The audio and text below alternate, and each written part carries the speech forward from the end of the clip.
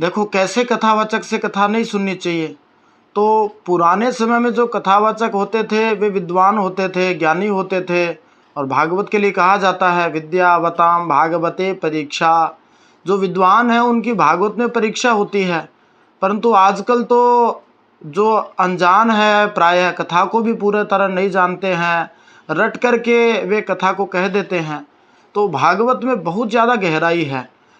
श्री चैतन्य महाप्रभु ने भी कहा था और श्री प्रभुपाद जी भी कहते थे कि भागवत कथा उसको कहनी चाहिए जिसको भागवत का पूरा ज्ञान है और भागवत को सब प्रकार से वैज्ञानिक तरीके से और भी ऐतिहासिक दृष्टि से, भूगोल की दृष्टि से, इन सब दृष्टि से समझ करके और तो भागवत की कथा को, भगवान की कथा को प्रचारित करना चाहिए, न केवल देश में बल्कि विदेशों में।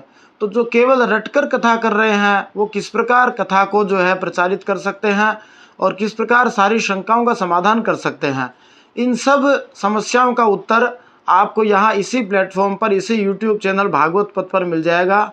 हमने भागवत को अनेक प्रकार से प्रस्तुत किया है। मूल भागवत के संस्कृत श्लोक, उनका अर्थ दिया है।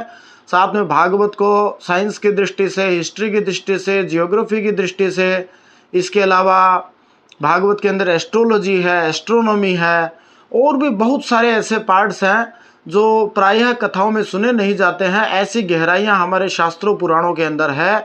भागवत के अंदर विमान शास्त्र का भी वर्णन है। ये सब चीज़ें हैं। तो ऐसे कथावाचक से कथा सुननी चाहिए जिसको भागवत का मर्म पता हो। आप चाहें तो इस चैनल पर प्रयास कर सकते हैं, शायद आपको आपके शंका का समाधान मिल जाए। जय श्री हरि।